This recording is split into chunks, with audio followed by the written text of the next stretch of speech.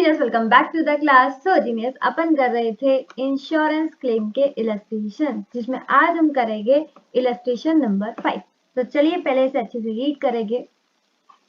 On 1st April 2022 the stock of Shri Ramesh was destroyed by fire. ओ हो 1 अप्रैल 2022 को, इसे 22 मान लेंगे, आग लग गई। ठीक है,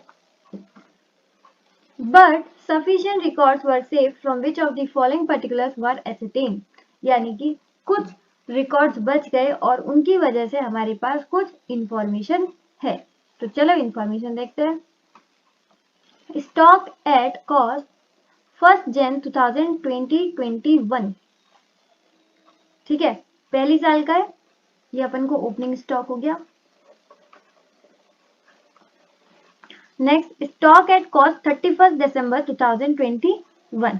यहाँ देख सकते हो आप कि 1 जैन 2021, 31 दिसंबर 2021।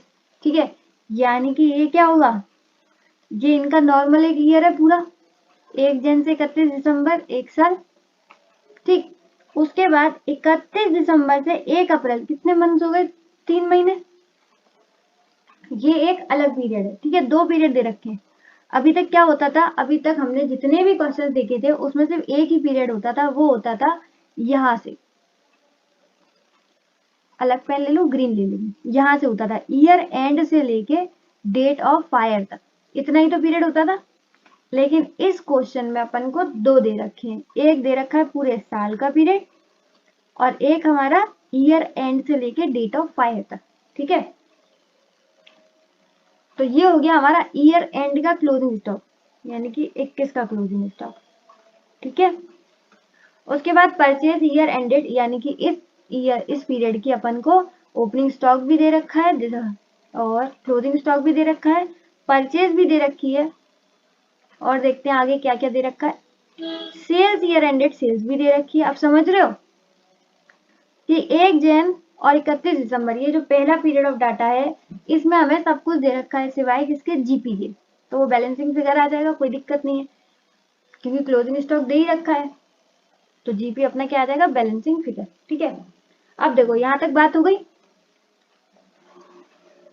अब अपन को सेकंड पीरियड ऑफ डाटा दे रखा है। सेकंड में क्या क्या क्यों मैंने, परचेजेस 1 जैन से लेके 1 जैन 2022 से लेके, ये उन्होंने क्या कर दिया, ऐसे लिखा जाएगा 1 जैन 2022 से लेके 31 मार्च 2022 तक। ये कौन सा है, ये ईयर एंड से लेके डेट ऑफ फायर तक का है, यानी कि 1 जैन से लेके 1 अप्रैल। ठीक है, 22 वाला, यानी कि ये वाला सेकंड पीरियड ऑफ डाटा। ठीक है, समझ में आ रहा है ना। देखो ज्यादा कंफ्यूजन मत क्रिएट करो, सिर्फ ये जान लो कि अभी तक हमें क्वेश्चंस में सिर्फ एक पीरियड ऑफ डाटा दे रखा होता था, दैट इज ईयर एंड से लेकर डेट ऑफ फायर तक। इस वाले में और कुछ नहीं है, बस एक और दे रखा है, बस इतना है, यानी कि 2 ट्रेडिंग अकाउंट बनेंगे। ये सेल्स दे रखी है उसी पीरियड की, ईयर एंड से लेके यहाँ तक की। ठीक है, तो इसमें अपन को दे रखा है परचेज और सेल। आगे देखते हैं, क्वेश्चन रीड करते हैं। In valuing the stock for the balance sheet at 31 December 2021, ये पहले वाले बोल रहे हैं, जो पहला ईयर था ना, 1 जैन 2021 से लेके 31 दिसंबर 2021, पहले वाले साल की बात कर रहे हैं कि उस साल में अपन ने क्या किया है। जब अपन एक स्टॉक को वैल्यू कर रहे थे तो हमने क्या कर दिया, 2300 had been written off on certain stock which was a poor selling line having the cost of 6900। यानी कि अपना जो स्टॉक कैलकुलेट कर रहे थे अपन कब, 31 दिसंबर 2021, यानी कि ये एडजस्टमेंट किसमें होगी, 31 दिसंबर 2021, यानी कि क्लोजिंग स्टॉक में। ये देख 31 दिसंबर 2021, इसमें अपन ने क्या कर दिया, 2300 राइट ऑफ कर दिए। राइट ऑफ करना मतलब कम कर दिए। ठीक है, इस वाले में 31 दिसंबर 2021 के स्टॉक में, और उसकी ओरिजिनल कॉस्ट कितनी थी, 6900। A portion of these goods were sold in March 2022, मतलब पहले साल में ये नहीं बिका, इस वाले पीरियड में ये नहीं बिका। इस वाले पीरियड में सिर्फ यहाँ पर आके हमने इसको राइट ऑफ करा था 2300 से। बाकी ये सामान अभी नहीं बिका, ये सामान कब बिका, ये सामान बिका है नेक्स्ट पीरियड में। नेक्स्ट पीरियड मतलब ईयर एंड से लेके, यानी कि 1 जन 2022 से लेके डेट ऑफ फायर कब थी, 1 अप्रैल। ठीक है, इस वाले पीरियड में मैंने स्टार्टिंग में बता दिया 2 पीरियड दे रखे हैं, और ये पहले ईयर में सिर्फ हमने इतना काम किया है कि वैल्यू करते समय लास्ट में ईयर एंड में जो स्टॉक बचता है 2300 राइट ऑफ किए, बस इतना काम किया। लेकिन सेकेंड पीरियड में क्या हुआ है, यहाँ पर मार्च में क्या हुआ है, इसको अपन ने बेच दिया। और कितने में बेचा, ये देखो, एट अ लॉस ऑफ 250 और ऑन ओरिजिनल कॉस्ट ऑफ 3450। अब ये क्या हो गया, ये बहुत लोगों के दिमाग के ऊपर से निकल गया होगा कि ये बात क्या कह रहा है, तो ध्यान से सुनो। सबसे पहले ये समझ में आ गया कि इस वाले पीरियड ऑफ डाटा में कुछ नहीं हुआ। कुछ नहीं हुआ का मतलब है सेल नहीं हुई। किस वाले पीरियड में सेल हुई है, इस वाले में। ठीक है, अब वो सेल ध्यान से देखो क्या कह रहा है, वो सेल के लिए कह रहा है कि वो 250 पे लेस पे सेल हुई है, और उसकी जो कॉस्ट थी वो थी 3450। अब मुझे सबसे पहले उसकी ओरिजिनल कॉस्ट बताओ कितनी थी, 6900। और इसकी जो ओरिजिनल कॉस्ट में 3450 का जो सामान था वो बिक गया 250 के लॉस में, 250 के लॉस में। इसका मतलब सबसे पहले अपन सेल निकाल सकते हैं आराम से। 3450 उसकी ओरिजिनल कॉस्ट थी, खुद लिखा हुआ है देखो यहाँ पर, देखो हाईलाइट भी कर देती हूँ, ओरिजिनल कॉस्ट 3450, यानी कि जिसकी ओरिजिनल कॉस्ट 3450 थी उस पर 250 का लॉस करके अपन ने बेच दिया, यानी कि 3450 की ओरिजिनल कॉस्ट थी, 250 अपन ने लॉस कर दिया। तो इसका मतलब हमने कितने का बेचा होगा, 3200 का। ठीक है, और बाकी का सामान क्या है उसको आगे देखते हैं। The remainder of this stock was now estimated to be worth as its original cost, यानी कि इसका जो बाकी का है वो भी इसकी ओरिजिनल कॉस्ट पर ही है। तो 6900 माइनस 3450, ये आ गया 3450। अब ये कहाँ दिख रहा होगा, तो सिंपल ये क्लोजिंग स्टॉक होगा। समझ में आ गया, यहां से यहां तक जो बात करी है खतरनाक वाली करी है। देखो इसको 2 पार्ट में पढ़ना, पहला यहाँ से यहाँ तक पढ़ना कि जो अपन ने स्टॉक वैल्यू कराए 31 दिसंबर 2021 को, यानी कि शुरू पहले वाले ईयर के एंड में, उसमें हमने 2300 राइट ऑफ कर दिए, बस इतनी सी बात है, यानी कि उसमें हमने 2300 से माइनस कर दिया होगा। ठीक है ना। दूसरी बात आपको यहाँ से पढ़नी है कि उसकी जो कॉस्ट थी ओरिजिनल वो थी 6900, लेकिन उसमें से अपन ने बेचा कितना है, देखो क्लियर कट लिखा हुआ है, अ पोर्शन ऑफ दिस गुड्स, मतलब सारे के सारे नहीं बिके हैं, सिर्फ एक पोर्शन बिका है जो कि 250 के लॉस पर बिका है, और उसकी ओरिजिनल कॉस्ट थी 3450, यानी कि ओरिजिनल कॉस्ट थी 6900 पूरा टोटल की, उसमें से एक पोर्शन जो जिसकी ओरिजिनल कॉस्ट थी 3450 वो बिका है 250 के लॉस पे। इसका मतलब वो बिका होगा 3200 रुपए का। और उन्होंने बोल दिया कि जो रिमाइंडर स्टॉक था, रिमाइंडर कितना बचा, 6900 माइनस 350, 350 ही आ गया। वो किस पर एस्टिमेट किया है, इसी कॉस्ट पर, मतलब कोई राइट ऑफ वगैरह का चक्कर ही नहीं है। तो यहाँ पर एक चीज देख रहे हो, राइट ऑफ करने का कोई मतलब ही नहीं था, बेमतलब राइट ऑफ कर दिया। बाकी की जितनी भी वो इन्फॉर्मेशन बता रहा है वो सब राइट ऑफ से रिलेटेड बता ही नहीं रहा, हर चीज बोल रहा है ओरिजिनल कॉस्ट, ओरिजिनल कॉस्ट। इसका मतलब इस राइट ऑफ का कोई मतलब नहीं है। ठीक है, ये जो अपन ने माइनस कर दिए हैं इसका कोई मतलब ही नहीं है। क्लियर, क्योंकि सारी इंफॉर्मेशन अपन को ओरिजिनल कॉस्ट पर दे रखी है। आगे पढ़े क्वेश्चन को, क्वेश्चन पढ़ने में टाइम लग रहा है पर कोई बात नहीं है, थोड़ा अलग क्वेश्चन है, अब तक जितना हम करते आ रहे हैं उसमें से बिल्कुल अलग क्वेश्चन है। आगे देखो, subject to the above exception, above exception मतलब इसके अलावा, यानी कि जो ऊपर वाला आइटम था ये था हमारा एबनॉर्मल आइटम, ये जो 6900 वाला था कैसा था, एबनॉर्मल आइटम। ठीक है, तो इसको छोड़कर बाकी का अगर देखें, GB had remained at a uniform rate through out the year, GB वैसा ही रहेगा जैसा था। अब क्या था ये तो अपन को भी नहीं पता, हम कैलकुलेट करेंगे। ठीक है, आगे देखो क्वेश्चन, अब तो बिल्कुल अलग बोल रहा है। The value of stock salvage, ये लास्ट में वो जो इंश्योरेंस क्लेम कैलकुलेट करते हैं ना उसके बारे में इंफॉर्मेशन है कि सेल्वेज अपन को दे रखा है 5800 और जो पॉलिसी थी वो 50,000। ये तो अपन को तब काम आता है जब हम एट द एंड वाला स्टेप करते हैं, calculation of claim for loss of stock. ये उसके लिए इंफॉर्मेशन दे रखी है, एक सैलवेज और दूसरा इंश्योरेंस पॉलिसी। एंड वो subject to the average cross लगा देंगे, कोई दिक्कत नहीं है, बहुत बार लगाते हुए आ रहे हैं। Work out the amount of the claim of loss of आय, यही है क्वेश्चन की रिक्वायरमेंट कि हमको किस पर काम करना है, अमाउंट ऑफ क्लेम पर। क्लियर? अब जिसको ऊपर क्वेश्चन थोड़ा बहुत नहीं समझ में आया है, कोई दिक्कत नहीं है, क्वेश्चन सॉल्व करेंगे तो आपको समझ में आ जाएगा बहुत अच्छे से। बस एक ही बात याद रखना कि यहाँ पर 2 पीरियड ऑफ डाटा दे रखा है, ठीक है, इसका मतलब 2 ट्रेडिंग अकाउंट बनेंगे, 2 ट्रेडिंग अकाउंट एक एक क्वेश्चन में, बिल्कुल। अच्छा, यहाँ एक आपसे बात पूछूं, 2 पीरियड के ट्रेडिंग अकाउंट बनेंगे, एक इसके और एक इसकी, उसमें पहले वाले का नाम क्या होगा? पहले वाले का नाम होगा ट्रेडिंग अकाउंट, क्योंकि ये पूरे ईयर का बन रहा है, फाइनल ट्रेडिंग अकाउंट है, इसलिए इसका नाम क्या होगा? Trading account. लेकिन इस वाले ट्रेडिंग अकाउंट का नाम बताओ, इसका बनेगा मेमोरेंडम ट्रेडिंग अकाउंट, क्योंकि ये एक रद्दी ट्रेडिंग अकाउंट है, ठीक है, सिर्फ 3 महीने का बन रहा है, just to calculate closing stock and nothing else. तो चलिए फटाफट कॉपी पर लिखिए इंश्योरेंस क्लेम का इलस्ट्रेशन नंबर 5 सॉल्यूशन। अब ध्यान देना, सॉल्यूशन में सिर्फ एक चीज आएगी, जो कि लॉस ऑफ स्टॉक का क्लेम कैलकुलेट करना है, ठीक है। तो हेडिंग डालो computation of claim for loss of stock, इसका एक स्टेटमेंट क्रिएट कर लो, पर्टिकुलर अमाउंट, सिंपल फॉर्मेट, ठीक है। बाकी के जो 2 अपन ट्रेडिंग अकाउंट बनाएंगे वो बनाएंगे वर्किंग नोट्स में। तो एक आ जाएगा working note number 1 trading account. अब इसका नाम क्या है? ट्रेडिंग अकाउंट, यानी कि ये वाला कौन सा है? फाइनल वाला, ठीक है, पूरे साल का। ये कब से कब तक बनेगा? 1 जनवरी 2021 से लेकर 31 दिसंबर 2021, ठीक है।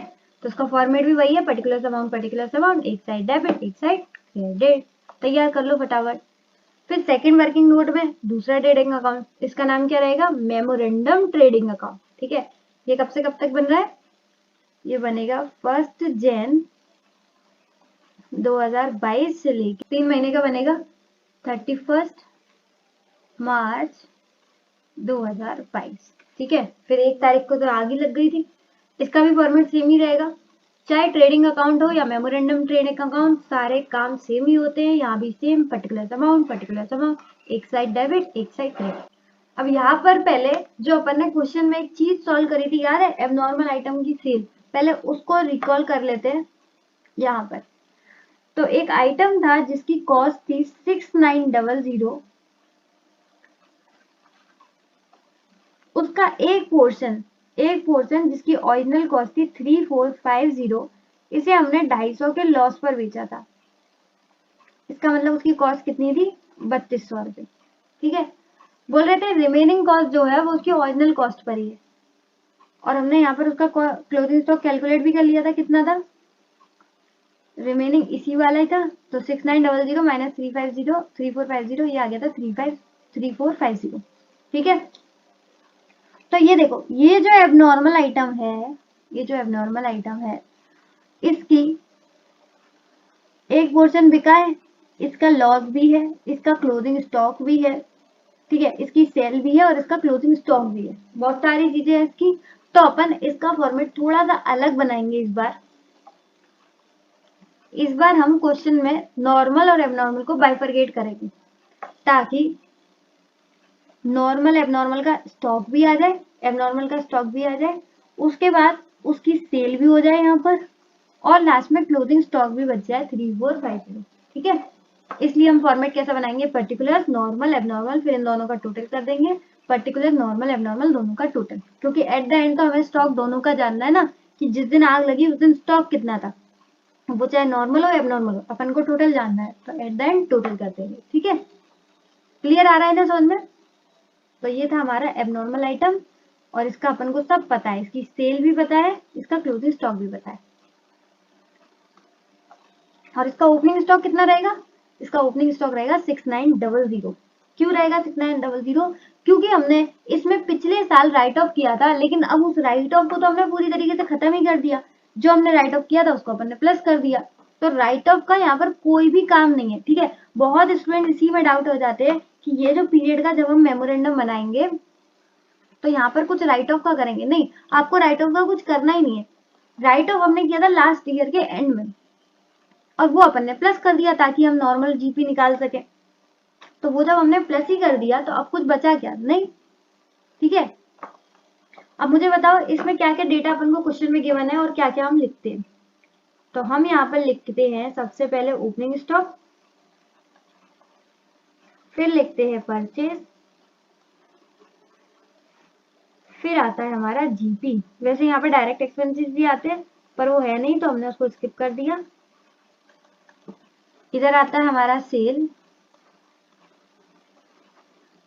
और आता है क्लोजिंग स्टॉक, जिसके लिए पूरा कर रहे हैं। मेन तो क्लोजिंग स्टॉक ही है, यही तो चाहिए कि at the time of fire कितना स्टॉक था। तो ये तो अपन को कैलकुलेट करना है, बाकी सारी चीजें अपन को खुद लिखनी पड़ेगी, ठीक है। अब क्वेश्चन ने क्या क्या दिया है देखो। क्वेश्चन में गिवन थी परचेज 162। अब मुझे बताओ नॉर्मल में डालू एबनॉर्मल में। तो परचेज में कुछ नहीं है ना, नॉर्मल ना सॉरी एबनॉर्मल कुछ भी नहीं है, तो सबको क्या मानेंगे, नॉर्मल, ठीक है। तो टोटल क्या आ जाएगा 1,62,000। उसके बाद ओपनिंग स्टॉक और सेल, सेल दे रखी है 231,200, लेकिन ध्यान रखना है टोटल दे रखी है 231,200। इस साल अपन ने बेचा भी है, मैंने बताया था आपको पिछली वाली सेल पूरी की पूरी नॉर्मल थी। क्यों, क्योंकि एबनॉर्मल आइटम हमने इस पीरियड में बेचा था, इस पीरियड में, ठीक है। और कितने का बेचा था वो यहाँ पर हम ऑलरेडी निकाल चुके हैं 3200। ये वाला जो आप काम कर दो ना अगर, तो सब कुछ आसान है, ऑलरेडी निकाल चुके हैं कि 231,200 में से जो 3200 सेल थी वो नॉर्मल नहीं थी। तो नॉर्मल कितनी थी, तो 231,200 टोटल थी, उसमें से 3200 नॉर्मल नहीं थी। तो नॉर्मल कितनी थी 2,28,000। तो यहाँ सेल का हमारा पूरा कंप्लीट, यहाँ पर परचेज का पूरा कंप्लीट। अब आते हैं ओपनिंग स्टॉक पे। अरे मैम ओपनिंग स्टॉक तो दे ही नहीं रखा क्वेश्चन में। अरे रे क्या बात करते हो आप अकाउंट्स के स्टूडेंट होकर। अभी अभी हमने ईयर एंड का पूरा बना रखा है, ये रहा। अगर ये यहाँ पर ओपनिंग स्टॉक हो, सॉरी ये यहाँ पर क्लोजिंग स्टॉक होगा 31 मार्च 2021 का, तो 1 जन 2022 को, 1 जन 2022 को यही तो ओपनिंग होगा, कितना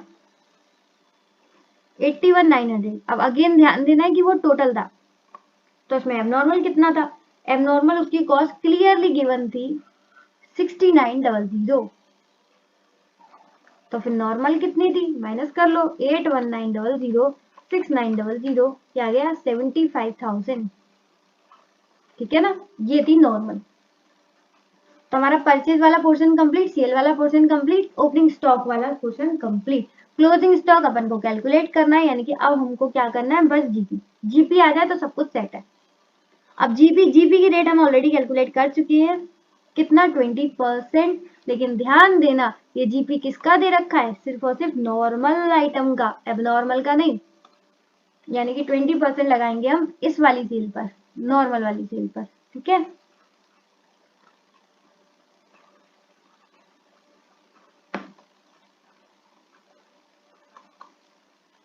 $2,28,000 पे लगाएंगे 20%, 2,28,000 इंटू 20%, क्या आ गया 45,600।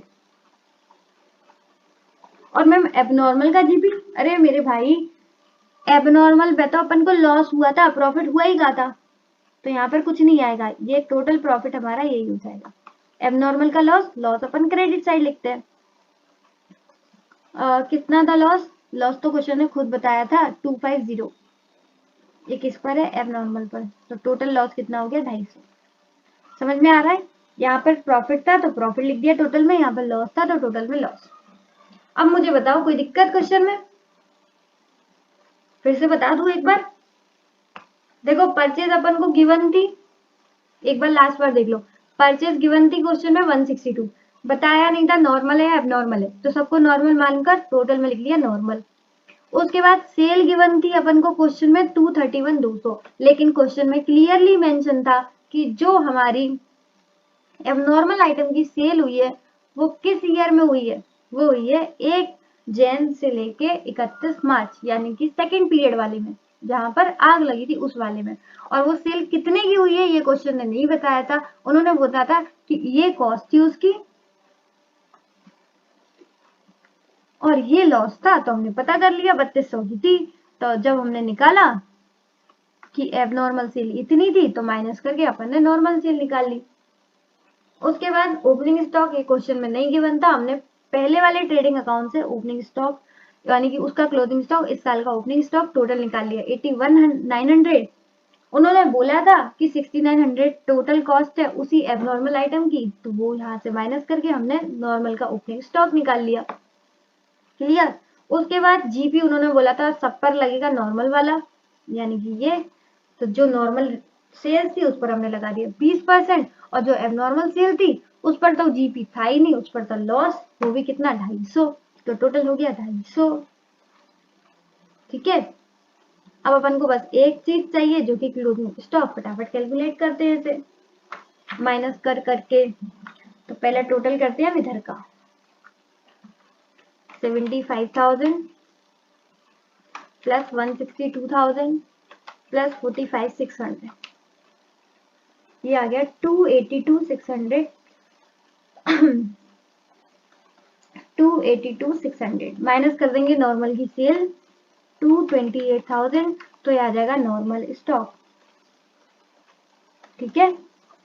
उसके बाद एबनॉर्मल 6,900 माइनस करेंगे 3200 माइनस करेंगे 250, ये आ गया 3450। अगर आप ये देखो तो ये हम ऑलरेडी कैलकुलेट कर चुके थे, क्योंकि उन्होंने बोला था जो बाकी का स्टॉक है वो उसकी कॉस्ट पर है। अब आया टोटल की बारी, वो भी कर देते हैं। 81,900 प्लस 162 प्लस 45,600, ये आ गया 289,500 माइनस करेंगे 231,200 माइनस 250, ये आ गया 580,50। यहाँ पर टोटल लिख देंगे 289,500। एक बार देख लो जिसका कहीं रह गया हो, 30 सेकेंड देख रही हूँ, आप भी देखकर जल्दी से सॉल्व कर लो।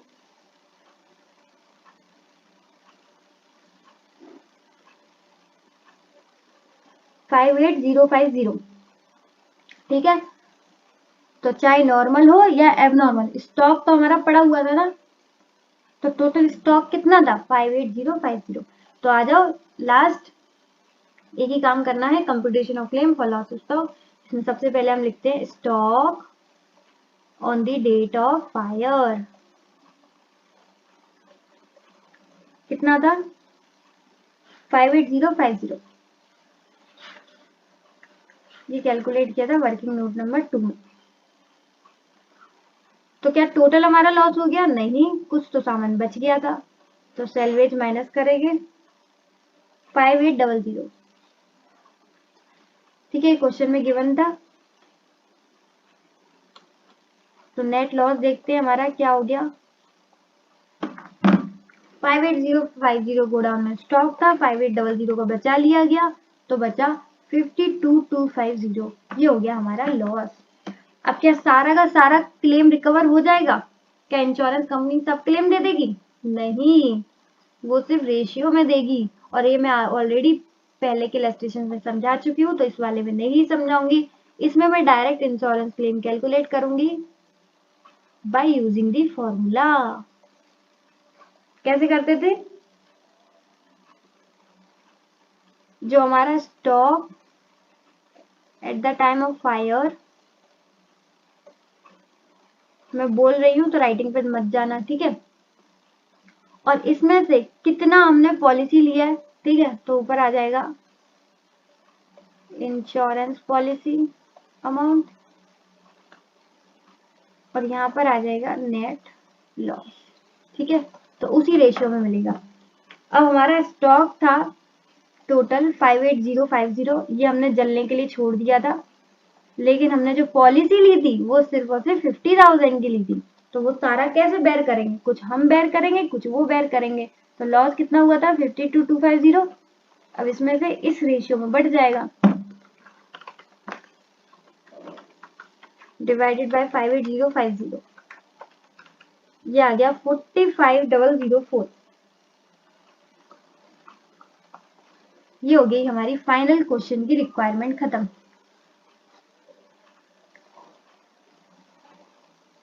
ठीक है, आ गया समझ में? ये वाला फॉर्मूला मैं ऑलरेडी समझा चुकी हूँ। ठीक है, जब हमने पूरी पॉलिसी नहीं ली, जलने के लिए छोड़ दिया 58,000 का सामान और पॉलिसी ली है सिर्फ 50,000 की, तो इसका मतलब ये थोड़ी है कि 50,000 की पॉलिसी ली है और 52,000 का लॉस है तो 50,000 दे देंगे। अरे ऐसे नहीं देते, वो सिर्फ और सिर्फ देंगे 45,000। बाकी का लॉस जो है वो हमें झेलना है। ठीक है, अगर आपको लॉस नहीं झेलना था तो आप पूरी की पूरी 58,000 की पॉलिसी लेते, आपने सिर्फ ली 50,000 की, तो वो उसी रेशियो में बेर करेंगे। ठीक है, बाकी का किसको करना है? कंपनी को। क्वेश्चन पूरा कंप्लीट। आज का क्वेश्चन थोड़ा ट्रिकी था बिकॉज ऑफ क्या? Abnormal item. बस एबनॉर्मल आइटम पे ये बात याद रखना कि यहाँ पर जो हमने माइनस किया था, जो राइट ऑफ किया था, उसे अपन ने प्लस कर दिया है, तो अब इसका कोई इफेक्ट बाकी नहीं है, तो आपको यहाँ पर कुछ भी नहीं करना है इसका। ठीक है, आपको डायरेक्ट इसकी ओरिजिनल कॉस्ट लेनी है और सब काम उसी से करने। और क्वेश्चन ने खुद सारे काम ओरिजिनल कॉस्ट से दिए, इंफॉर्मेशन दी है, तो आपको राइट ऑफ की बिल्कुल टेंशन नहीं लेनी है। ठीक है ना? तो उम्मीद है आपको क्वेश्चन समझ में आया हो और इसकी प्रेजेंटेशन। तो आज के लिए बस इतना ही। If the video is helpful for you then hit the like button, share with your mates as well if it deserves, and yeah do subscribe now. इस तरीके से एबनॉर्मल नॉर्मल जैसे क्वेश्चंस आपको समझ में आता रहेंगे आसानी से। इसी के साथ इसी तरीके से खुश रहिए, मुस्कुराते रहिए। मिलते हैं नेक्स्ट वीडियो में, तब तक के लिए bye bye, be happy always.